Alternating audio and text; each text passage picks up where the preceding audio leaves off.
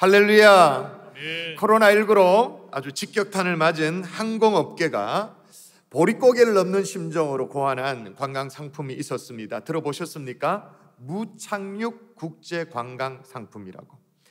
그러니까 여행에 목말라 하는 사람들을 타겟으로 한 그런 상품인데, 비행기가 이륙을 합니다. 이륙을 해서 하늘을 날다가 이제 빙빙 돌다가 출발했던 공항으로 다시 돌아와서 착륙하는, 그래서 무착륙 여행 상품, 이게 나온 거예요. 뭐 이런 것들이 팔릴까 될까라는 생각이 드는데, 이게 흥행 가도를 달리고 있다고 해요. 국내 최초로 무착륙 이 비행 상품, 여행 상품을 내놓은 것이 항공사 중에 저가 항공사였던 에어 부산이 내놓았는데, 작년 12월 달에 첫 선을 봤습니다. 그런데 평균 탑승률이 어떻게 되냐? 90%를 유지한. 여러분, 90% 손님이 타면 그럼 될만 하잖아요. 장사가 되는 거 아니겠습니까? 근데 이게 처음부터 인기였던 것은 아니라고 합니다. 작년 12월 달에 처음 출시될 때는, 그때는 탑승률이 30%밖에 아니었대요. 그런데 국제 여행자에게 해당되어지는 어떤 뭐랄까요? 그 면세점 혜택 뭐 이런 거, 그런 것들을 누릴 수 있도록 하고, 또 항공사들의 할인 경쟁이 더해지고, 또 면세점의 홍보 효과, 이런 것들을 덤으로 해가지고는 상황이 달라졌어요. 탑승률이 90% 이상으로 되어지겠죠. 근데 희한한 건 뭐냐면, 여행을 다녀온 사람들이 여행 후기를 얘기하는데 말이에요. 여행 후기 가운데 대부분은 뭐 오래간만에 이제 여행 기분을 내서 좋았다, 그리고 뭐 면세점 이런 것들을 좀 뭐 싸게 구매할 수 있어서 좋았다, 뭐 여러 가지가 있습니다. 근데 최고로 많은 여행 후기가 뭐냐면, 아이러니하게도 여행을 마치고 집에 돌아왔을 때 역시 집이 최고다, 이게 후기예요.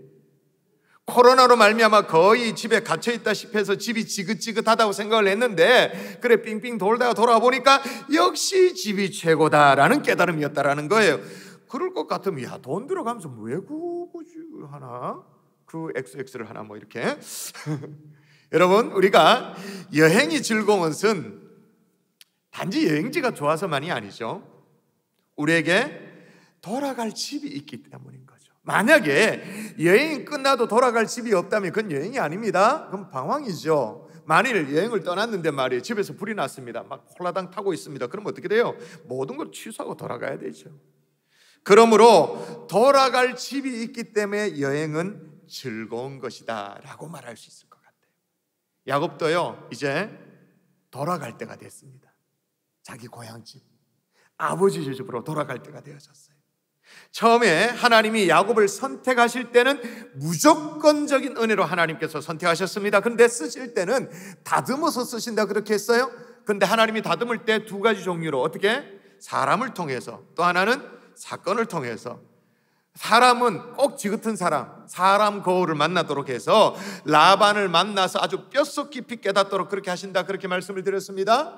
그리고 또 사건은 데자뷰가 느껴진다고 할 만큼 똑같은 일을 경험하도록 해서 아주 징글징글 맞아서 다시는 그런 거 엄두도 생각도 아예 하지 못하도록 해서 하나님께서 다듬고 고치신다, 그렇게 말했죠. 그래서 마치 바둑 대국을 할 때 경기를 다 끝내고 대국을 마치고 난 이후에 복기를 두듯이 내 인생을 복기해 보도록 해가지고는 고쳐가신다, 그렇게 말씀을 드렸어요.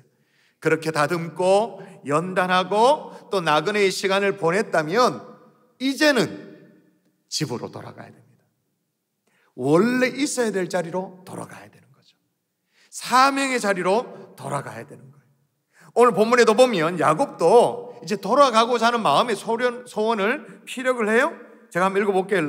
야곱이 라반에게 이르되 나를 보내어 내 고향 나의 땅으로 가게 하시되라고 말합니다. 자, 라반 외삼촌에게 고향집에 돌아가고 싶다라고 마음의 소원을 얘기를 해요. 그래서 돌아갈 수 있도록 허락해달라, 그렇게 말합니다. 또 하나님 또 돌아가라고 꿈속에 나타나서 말씀을 하세요. 자, 하나님의 말씀 여러분 한번 읽어볼까요? 나는, 같이 읽습니다. 시작. 나는 베델의 하나님이라 내가 거기서 기둥에 기름을 붓고 거기서 내게 서원하였으니 지금 일어나 이곳을 떠나서 내 출생지로 돌아가라. 아멘. 근데 중요한 것은 뭐냐면, 이 시점에서 하나님이 그냥 야곱을 돌려보내시면 안 된다는 말이에요. 왜 안 되느냐? 하나님이 아주 우스워져요. 그냥 거짓골로 야곱을 돌려보내버리면 하나님이 아주 우스워지는 거죠. 분명히 하나님이 쫓겨난 이 야곱에게 베델에서 하나님이 만나 주셨잖아요. 잠자고 있는 돌베개하고 잠자고 있는 야곱을 깨워서까지 하나님이 분명히 약속하신 바가 있어요. 그때 약속이 뭐였는가? 제가 한번 읽어볼게요. 내 자손이 땅에 티끌같이 되어 내가 서쪽과 동쪽과 북쪽과 남쪽으로 퍼져갈지며 땅의 모든 족속이 너와 내 자손으로 말미암아 복을 받으리라. 여러분, 이 약속 때문이라도 두 가지 하나님이 준비시켜 줘야 돼요. 첫 번째는 뭐냐? 네 자손이 땅에 티끌같이 되도록 동서남북으로 퍼질 것이다. 그렇게 말했으니까 자손을 주셔야 돼. 동의가 되죠? 자손을 주셔야 돼. 또 하나, 땅의 모든 족속이 너와 내 자손으로 말미암아 복을 받을 것이라고 말했기 때문에 나눠줄 복, 이걸 하나님이 준비시켜 주셔야 돼요. 다시 말하면 야곱을 이렇게 세워주셔야 된다고 말이에요. 그래서 오늘 저는 하나님이 어떻게 이 야곱을 일으켜 세워주셨는지, 지금은 뭐 거짓골을 하고 있습니다만은 하나님이 야곱을 일으켜 세워주십니다. 하나님이 다듬기만 한 게 아니라, 하나님이 고치기만 한 것이 아니라 이렇게 세우기도 하시는 거거든요. 한 가문을 이렇게 세우세요. 그리고 나서 돌아가도록 하시는 거예요. 오늘 그 내용을 함께 살피면서 우리의 기도의 소원도, 주여 나를 필요하다면 다듬어 주시옵소서. 그 다음 뭐예요? 나를 일으켜 세워 주시옵소서. 아멘. 우리의 기도의 소원이 될 수 있기를 주 예수 이름으로 축원합니다. 아멘. 축원합니다. 아멘. 자, 첫 번째 따라 하십시다. 12지파를 일으켜 주신다. 일단 내 자손이 땅의 티끌같이 되어 동서남북으로 펴를 것이다 라고 베델에서 약속하셨거든요. 또 하나님 스스로 그렇게 나는 베델의 하나님이다라고 말했습니다. 베델의 하나님이란 그 말은 뭐냐? 베델에서 그렇게 철떡같이 약속하신 하나님이다 라고 얘기를 하고 있는 거예요. 그 하나님이 자손을 허락해 주셔야 돼요. 근데 이 대목에서 야곱이 자손을 얻기 쉽도록, 용이하도록 야곱이 장가를 2번 가죠. 그죠? 야곱의 뜻은 아니었습니다. 아침에 눈을 떠보니 레아라, 첫째 아내 레아, 그 다음에 원래 원했던 라헬, 그렇게 아내를 얻게 되어져요. 근데 여러분, 아무리 아내가 둘이었다 할지라도 네 자손이 땅에 티끌같이 되어 동서남북으로 그럼 아예 차례모를 짜지. 100년은 기다려야 될걸요 아마. 그죠? 근데 여기에 뭐가 작동이 돼버립니다. 뭐가 작동이 됐냐면 이 라헬의 아주 병적인 이 질투심이 작동되기 시작하는 거죠. 여러분 아시다시피 라헬은요, 남편으로부터 사랑을 듬뿍 받긴 했습니다. 아주 애틋한 사랑을 받긴 했습니다. 그런데 태문을 하나님이 열어주지 않으셨어요. 그래서 안타까움이 있었죠. 그래서 라헬이 뭐라고 말하냐면, 라헬이 자기가 야곱에게서 아들을 낳지 못함을 보고 그의 언니를 시기하여, 레아를 시기했다 그 말이에요. 야곱에게 이르되 내가 자식을 낳게 하라, 그렇지 않으면 내가 죽겠노라. 쉽게 말해서 라헬이 자살 소동을 일으키는 거예요. 나 이러면 죽겠다고, 나 죽어버린다고 뭐 그렇게 해버려. 그러니까 집안을 완전 뒤집어 놔버리는 거예요. 한바탕 난리를 치는 거죠. 자신이 그렇게 사랑한, 야곱이 그렇게 사랑한 이 여인이 말이에요, 이렇게까지 막 자살 소동을 벌이고 이렇게 나오니까 야곱도 질려버려. 질린 게 나와. 한번 읽어볼까요? 같이. 야곱이 같이 시작. 야곱이 라헬에게 성을 내어 이르되 그대를 임신하지 못하게 하시는 이는 하나님이시니 내가 하나님을 대신하겠느냐. 이게 무슨 말입니까? 쉽게 말하면 뭐예요? 나보고 어쩌라 말이냐는 거예요. 나보고 그게 내 책임이냐는 거예요. 야곱도 라헬을 사랑하고 이뻐서 넘어갔겠지 뭐. 성질이 그런지 몰랐겠지. 그 살아보니까 성질이 그래. 하여튼 이쁜 것들은 성깔이 있어. 이쁜 것들은 그 얼굴 값을 한다 그러잖아요. 한 성깔 하는 거예요. 그래서 야곱이 나보고 어쩌란 말이냐, 어쩔 수 없지 않느냐 라고 그렇게 말하니까 이 라헬이 말이에요, 남편이 나보고 어쩔 수 없지, 어쩌란 말이냐 이렇게 말하니까 이 남편이 어쩔 수 있도록 라헬이 제시를 해. 자기 여종을 남편에게 밀어넣어. 여종에게 어떻게 해요? 씨를 떨어뜨리란 말인 거잖아요. 아이고, 남사스럽죠. 솔직히 말이에요. 야곱이 무슨 씨돼지도 아니고, 씨돼지 있잖아요. 씨돼지. 왜 시골이나 양돈업계에서 씨를 받으려고 계속 막 사육하는 종자돼지 있잖아요. 야곱도 내가 뭐 하는 짓인가 싶었을 거예요. 이 무슨 짓인가 싶었는데 이 라헬의 등살에 야곱은 못 이겨. 그래서 들어가라 그러면 내가 최선을 다하겠습니다. 이렇게 들어가야 돼. 시키는 대로 해야 돼. 뭐 어쩔 수 없어. 어느 정도로 이제 야곱이 못 이기네 하면요, 어느 날 언니죠 레아가 그 맏아들 르우벤으로부터 선물을 하나 받습니다. 르우벤이 어릴 때 한 5살 6살쯤 되어질 때, 그때 들로 뛰어다니다가 엄마 준다고 뭘 하나 꺾어와서 이제 엄마에게 줬어요. 레아에게 선물을 했는데 그게 합판채예요. 합판채가 뭐냐면 그 당시에 사람들의 인식에는, 여인들에게는 이게 임신의 묘약이야. 그리고 남성들에게는 이 성욕을 자극한다고 그렇게 믿어지던 어떤 그런 식물, 열매, 꽃 이런 것들을 꺾어가지고, 르벤이 뭘 알았겠습니까? 그냥 뛰놀다 보니까 좋은 게 있어서 이뻐 보여서 꺾어서 엄마에게 선물을 줬겠죠. 근데 이걸 누가 봤다? 라헬이 봐버린 거예요. 또 막 난리 칩니다. 막 합한채 막. 그러니까 시기 질투 이래가지고 기어코 그 아들이 자기 언니한테 선물한 그 합한채를 빼앗아요.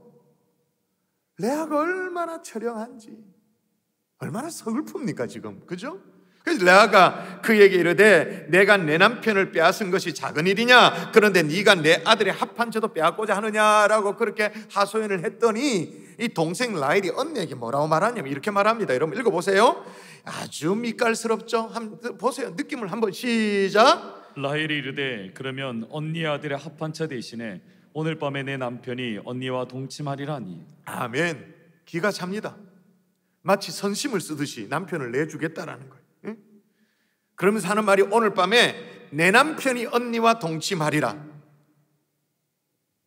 아내가 된 순서로 따지면 누가 고참인데? 레아인데, 내 남편이, 우리 남편도 아니고 야곱도 아니고 내 남편이 언니와 잠자리를 같이 하도록 내가 해줄게 오늘 밤 정도는. 마치 적선을 하듯이, 인심 쓰듯이. 고마운 줄 알아라 언니. 그러면서 합한채 확 빼앗아간 거예요. 근데 더 기가 막힌 것은 라헬이 이렇게 순서를 정하면 야곱은 그대로 따라야 돼. 레아 처소에 들어가야 돼. 라헬이 배정해 준 대로 그렇게 해야 되는 거예요. 이렇듯 경쟁적으로 무슨 수를 쓰더라도, 아니 자기 여종을 동원해서라도, 아니면 언니의 그 합한채 그걸 빼앗아서라도 어떻게든 막 이 경쟁적으로. 그래서 라헬이 나중에 아들을 얻긴 얻었습니다. 얻었을 때 라헬이 뭐라고 말하는지 여러분 보세요. 뭐라고 말합니까? 시작. 라헬이 이르되 내가 언니와 크게 경쟁하여 이겼다 하고 그의 이름을 납달리라 하였더라. 언니와 크게 경쟁하여 내가 이겼다. 이야, 경쟁 좋아하던 그 야곱 어때요? 태어날 때부터 형 발꿈치 막 땡기고 막 경쟁으로 똘똘똘똘 뭉쳐져 있던 이 야곱이 제대로 경쟁을 좋아하는 아이콘을 딱 만났네. 지하고 똑같은 아내를 만난 거예요. 더 징글징글하게 지독스럽게 경쟁을 하는 사람을 만나서 시달리게 되어지죠. 근데 이 대목에서 정말 아이러니한 것은 뭐냐면, 이 라헬로 말미암아 이 야곱의 집안에 촉발된 이 출산 경쟁 말이에요. 그 출산 경쟁으로 말미암아 정말로 단기간에 야곱에게 아들이 12이 생기는 거예요. 사실은 11명입니다. 막내는 나중에 태어났으니까. 어쨌든 간에 베냐민까지 얻어가지고 이스라엘 12지파의 근간이 딱 완성되어지는 거예요. 정말 베델의 숙박신 그대로 너 자손이 땅에 티끌같이 되어져서 동서남북에 퍼질 것이다. 이 말씀의 성취가 이루어질 수 있는 기초가 딱 완성되어지는 거예요. 희한하죠? 하나님이 이렇게 지극히 인간적인 시기, 질투 이런 것들을 활용해서라도 하나님의 일은 멈춤이 없는 줄 믿습니다. 아멘. 하나님의 계획은 지금도 계속되어지고 있는 줄 믿습니다. 아멘. 인간의 머리로는 이해가 안 되지. 그게 어떻게 되는지 모르지. 저는 이 대목이 참 안심이 되는 게 뭐냐면요, 우리가 좀 실수를 해도, 우리가 좀 부족해도, 우리가 좀 욕심을 부리고 해도 하나님이 이루어 가시는 하나님의 역사는 따로 있더라는 거예요. 따로 있더라는 거예요. 그러나 지금은 모를 수 있어요. 하나님이 우리를 어떻게 빚어가고 있는지, 어떻게 만들어가는지 잘 모를 수 있어요.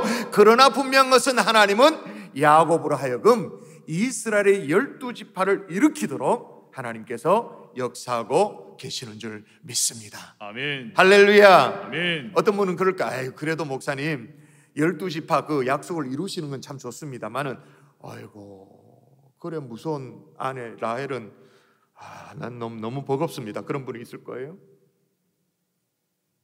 그럼 라헬을 만나기 전에 바로 살았어야죠. 경쟁으로 몰두하는 이 야곱에게 하나님이 또 다른 이 경쟁의 아이콘을 딱 붙여주실 필요가 없을 만큼 앞서서 잘 살았어야 되죠. 그죠? 자, 그러면 야곱에게 12아들만 있으면 또 되는가? 그건 또 아니에요. 야곱도 뭐라고 말하는지 보세요. 뭐라고 말합니까? 여러분 읽어볼까요? 네 발이 시작. 내 발이 이르는 곳마다 여호와께서 외삼촌에게 복을 주셨나이다. 그러나 나는 언제나 내 집을 세우리이까. 나는 언제나 내 집을 세우리까, 내 가문을 언제 내가 일으킬 수 있으리까 라고 얘기하는 거예요. 그러니까 거짓골을 하고 있는 야곱에게 자식 새끼만 주렁주렁 달려있는 것은 더 부담이야. 이건 아무 축복이 아니야. 분명히 땅의 모든 족속이 너와 내 자손으로 말미암아 복을 받을 것이라고 말했는데 나누어 줄 축복을 하나님이 주셔야 되는 거 아니겠어요? 그래서 하나님이 어떻게 하시는가 따라 하십시다. 가문을 일으켜 주신다. 일단 결과부터 확인하고 지나가십시다. 오늘 본문 제일 마지막 절 어떻게 하셨느냐? 이에 그 사람은 야곱이에요. 야곱이 매우 번창하여 양떼와 노비와 낙타와 나귀가 많았더라. 할렐루야. 아멘. 하나님이 채워주시는 거죠. 가문을 일으켜 주시는 거예요. 근데 일으켜 주시는 게 막 아주 신비한 방법을 일으켜 주세요. 일단 누구를 통해 가지고 이 축복을 채워주시느냐 하면 그 징글징글 맞았던 라반을 통해 가지고. 자, 야곱이 고향 땅으로 이제 돌아갈 때가 됐다 싶어가지고 외삼촌 라반에게 얘기합니다. 돌아가겠다고 얘기하니까 라반이 못 가게 해요. 왜 못 가게 하느냐? 라반도 그 정도 시건이 있어서 뭔 말인지를. 자, 보세요. 라반이 그에게 이르되 여호와께서 너로 말미암아 내게 복을 주실 줄을 내가 깨달았노니 내가 나를 사랑스럽게 여기거든 그대로 있으라. 이 말이 뭐냐면 라반도 그 정도는 안 거예요. 이 야곱 때문에 하나님이 야곱을 보고 축복을 주셔가지고 내가 복을 받고 있다라, 그 정도는 안 거예요. 그러니까 야곱이 지금 그 집안에, 그 가문에 복덩이라는 걸 알았지. 이 복덩이가 이제 떠나겠다고 말하니까 붙잡고 싶은 거예요. 더 붙잡고 싶은데 붙잡아둘 명분이 별로 없어. 또 팔아먹을 딸도 없고 지금 없어. 그래서 라반이 이제는 이렇게 얘기해. 제대로 품삯을 쳐줄 테니까 품삯을 받고 그대로 있으라 라고 이제 설득을 하는 거예요. 야곱이 원하는 품삯을 이제 제시를 합니다. 라반에게, 외삼촌에게 제시를 합니다. 자, 한번 읽어볼게요. 오늘 내가 외삼촌의 양떼에 두루 다니며 그 양 중에 아롱진 것과 점 있는 것과 검은 것을 가려내며 또 염소 중에 점 있는 것과 아롱진 것을 가려내리니 이 같은 것이 내 품삯이 되리다 라고 말합니다. 야곱은요, 라반을 겪어봤잖아요. 얼마나 지독한 사람인지 겪어봤잖아요. 그래가지고 누가 보더라도 확실하게 그냥 표가 확 나게 그렇게 제안을 하는 거예요. 표가 확 나도록 점 있는 것, 아롱진 것, 뭐 이런 거 얼룩한 거, 그걸 내 품삯으로 하자고 제안을 하는 거예요. 일단 그렇게 지금부터 딱 구분을 해서 지금 일단 그렇게 아롱진 거, 점 있는 걸 내게 주고 그렇게 정산을 맞춰놓고, 그리고 나서 태어나는 것이 점 있는 거, 얼룩진 거 있으면 그것은 내 것, 그리고 아닌 것은 삼촌 것, 그렇게 하자고 아주 분명하게 심플하게 기준을 제시합니다. 근데 여러분, 여기에 점 있는 것, 아롱진 것이 어떤 의미인지가 이게 아주 중요해요. 양들에게서 아롱진 것, 얼룩진 것, 이게 어떤 의미죠? 어떤 거죠? 열성 유전자에 속하는 것들이에요. 여러분 우성, 열성 이런 거 좀 들어봐서 아시잖아요. 학창시절에 생물학 어떤 그 교실에서 들었잖아요. 양에게 있어서요, 흰 것은 머리부터 발끝까지 흰 것은 그게 우성일까요, 열성일까요? 우성이에요. 우성. 염소에게는 새까만 거 이거 우성일까요, 열성일까요? 우성이에요. 근데 양이든 염소든 간에 얼룩덜룩하다, 점 있다, 아롱지다, 이거는 뭐예요? 열성이에요. 무슨 말인지 이해되시죠? 여러분 우리의 머리카락도 머리카락에 곱슬이 있고 직모가 있는데, 여러분 머리카락이 곱슬이면 우성일까요, 열성일까요? 둘 중에 하나, 50% 확률. 한번 해보세요. 자, 머리카락 곱슬 우성이다, 열성이다? 우성이다. 직모는 열성이다. 그래서 곱슬머리와 직모가 만나면 태어나는 사람이 곱슬일 가능성이 높을까요, 직모일 가능성이 높을까요? 곱슬이 많죠. 우성이니까 우성. 그러니까 우성은 열성을 이긴다 그 말인 거예요. 곱슬이 발현될 가능성이 많아요. 왜냐하면 열성이 우성을 이기고 그 형질이 발현될 가능성은 현저히 낮아요. 그러니 지금 야곱이 뭘 제시하고 있냐면 얼룩진 것, 아롱진 것, 다시 말해서 열성이 태어나면 제가 할게요. 우성은 삼촌 하세요. 이런 바보 같은 제안이 있나? 여러분 이건요, 열성, 우성 이런 뭐 유전 법칙을 몰라도 그 당시에 양떼를 치는 목동이라면 경험적으로 다 아는 거예요. 우리도 다 알아. 여러분 우리가 해외 여행을 한 번씩 한다 보면 몽골이라든지 뉴질랜드 간다든지 아니면 TV를 통해서 본다든지 하다못해 동물원을 가면 양들이 대부분 뭐예요? 흰색이지.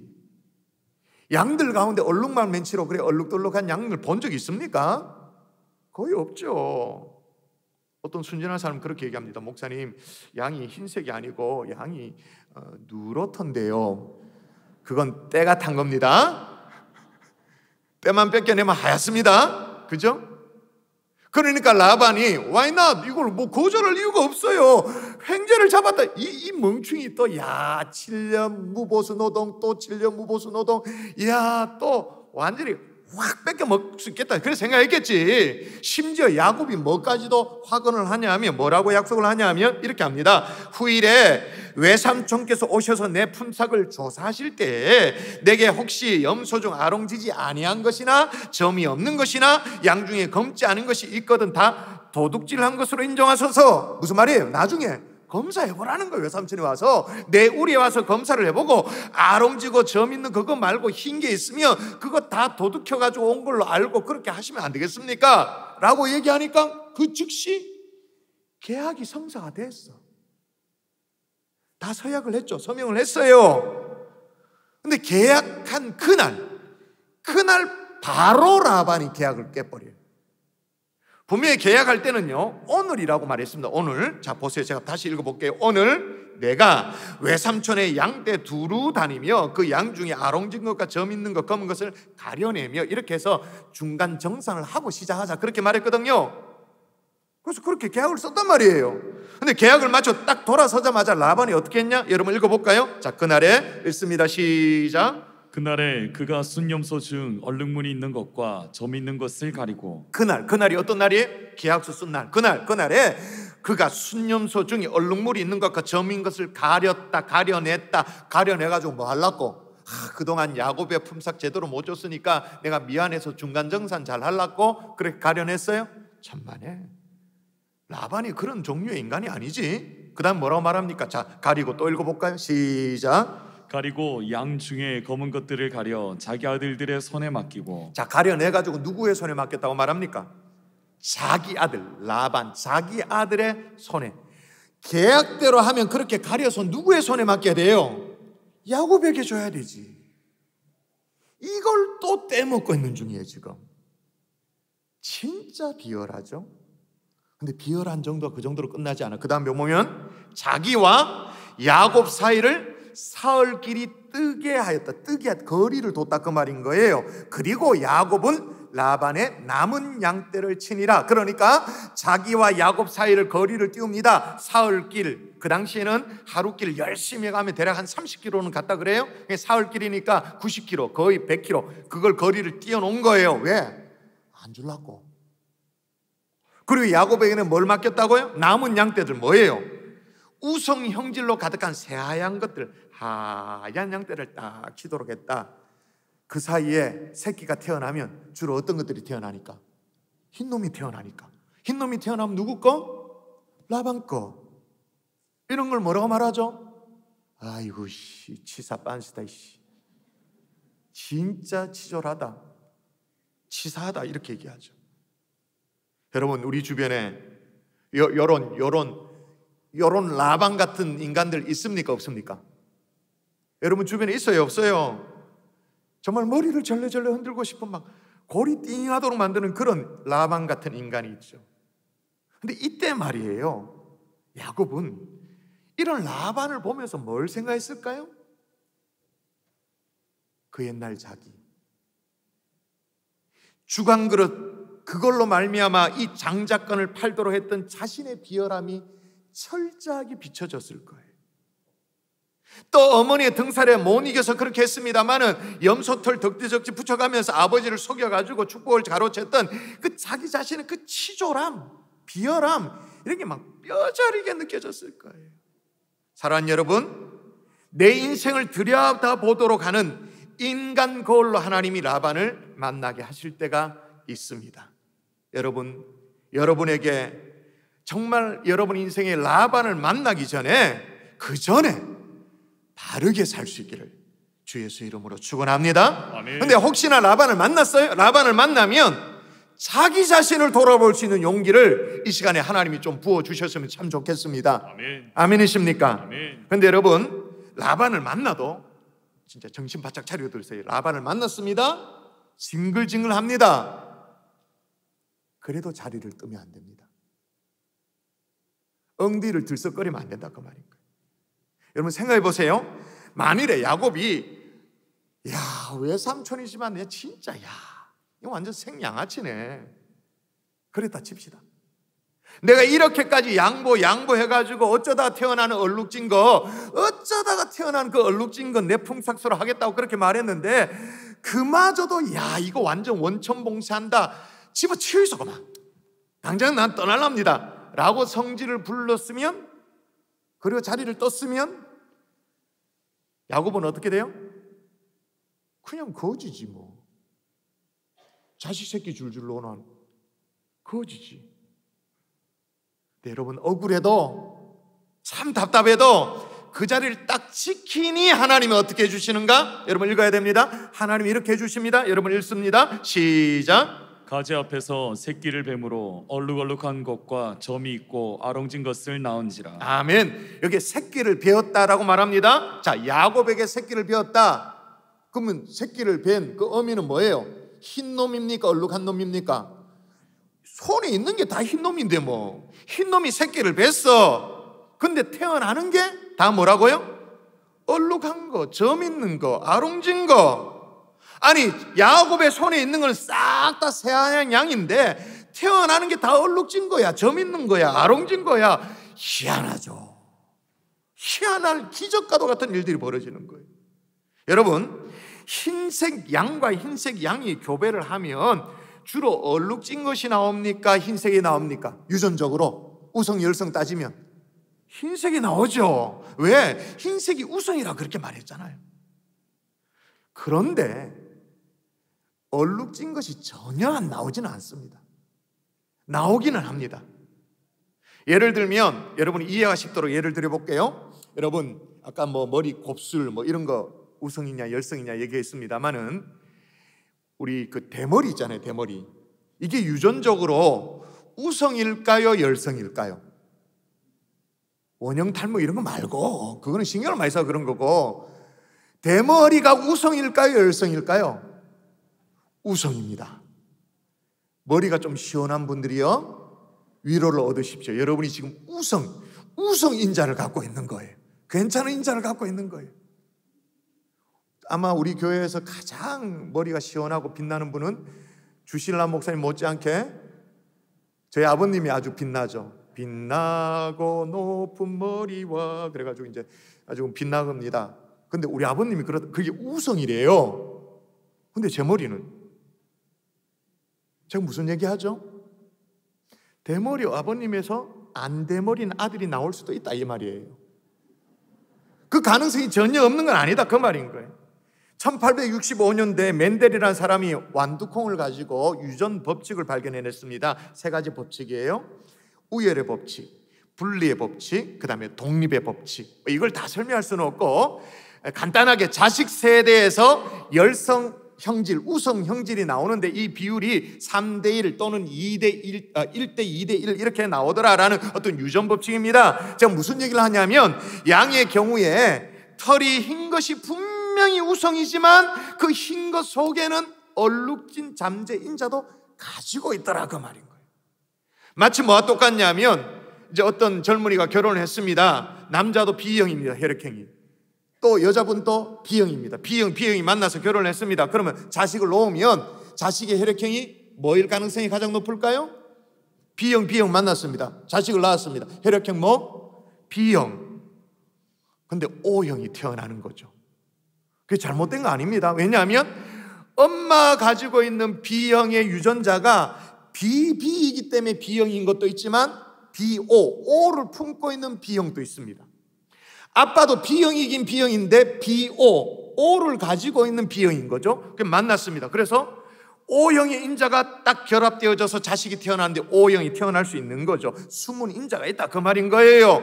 자, 그러면 야곱으로 다시 돌아가 생각해 봅시다. 야곱이 이런 멘델의 유전 법칙을 알았을까요? B형과 B형이 만나면 O형이 나온다. 그러니까 흰것 양들 결혼하면 얼룩진 거 나올 수 있다. 그거 알았을까요? 몰랐지. 몰랐는 게 확실한 게 뭐냐 하면요, 야곱도 이렇게 막 코너에 몰리니까 답답해가지고 인간적인 방법을 써요.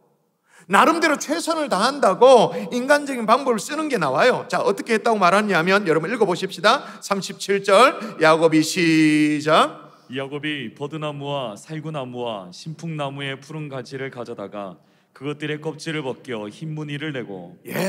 그 당시 아주 흔하게 있었던 3종류의 나무를 얘기합니다. 그러니까 뭐 버드나무, 살구나무, 신풍나무의 가지를 벗겨가지고 벗겨서 뭐 가지 좀 덜 벗겨지면 뭐 이렇게 뭐 거뭇거뭇하게 있고 확 벗겨내면 새하얗고 그게 뭐 말이냐면 가지를 얼룩덜룩한 가지를 만들었다 그 말입니다.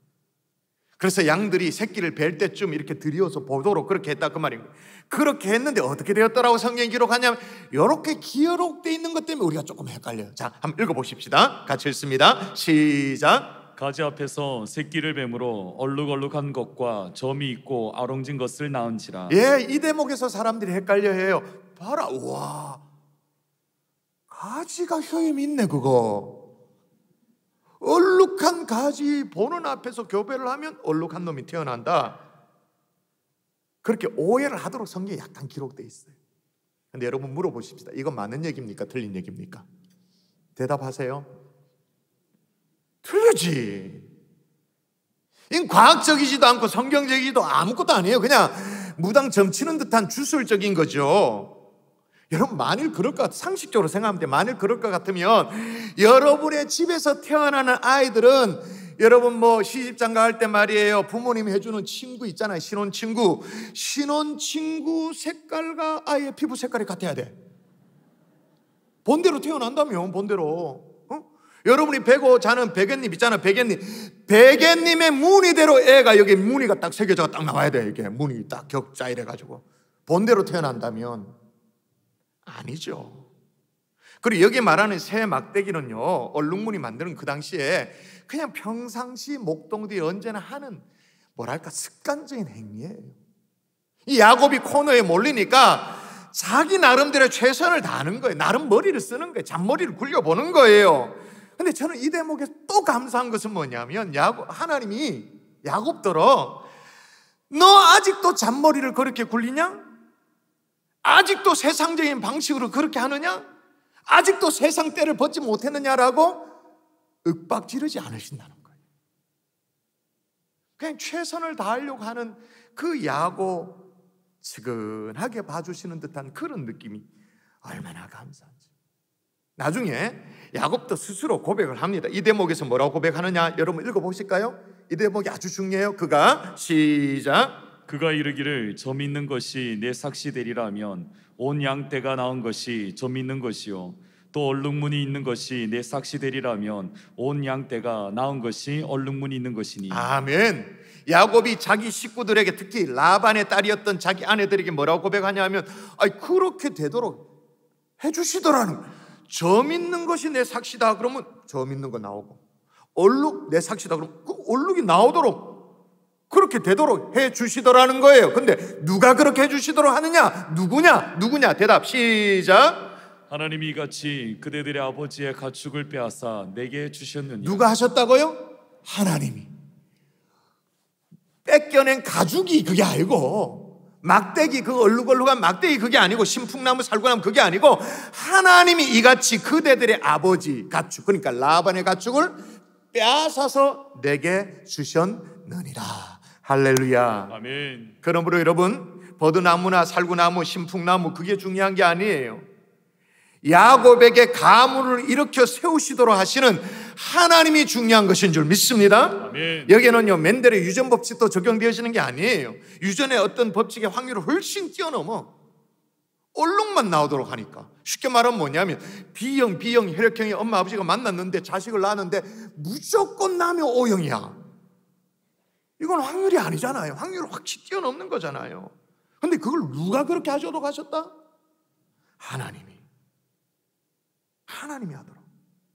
그러므로 아무리 여러분이 라반을 만나도, 여러분이 인생의 모퉁이에 그 인간 거울로서 라반을 만나도록 하시더라도 여러분이 들썩이면 안 됩니다. 엉덩이를 들썩이면 안 됩니다. 아무리 라반에게 질릴 정도라도 지금 떠나면 안 된다 그 말인 거. 왜냐? 하나님이 지금 라반의 가축을 빼앗아서 야곱에게 주시려고 하는데, 다 오형 나오도록 해서 주시도록 하는데 자리를 뜨면 어떻게 됩니까? 말짱 도루묵이지. 사실 빼앗는 것도 아니지. 성경에 빼앗아서 이렇게 기록하고 있으면 빼앗는 것도 아니에요. 원래 야곱이 받아야 될 마땅한 돌아올 분깃, 품삯, 그거 하나님이 지금 챙겨주시고 있는 중이잖아요. 누구를 통해? 그 지긋지긋한 라반을 통해 가지고 딱 주시는 거죠.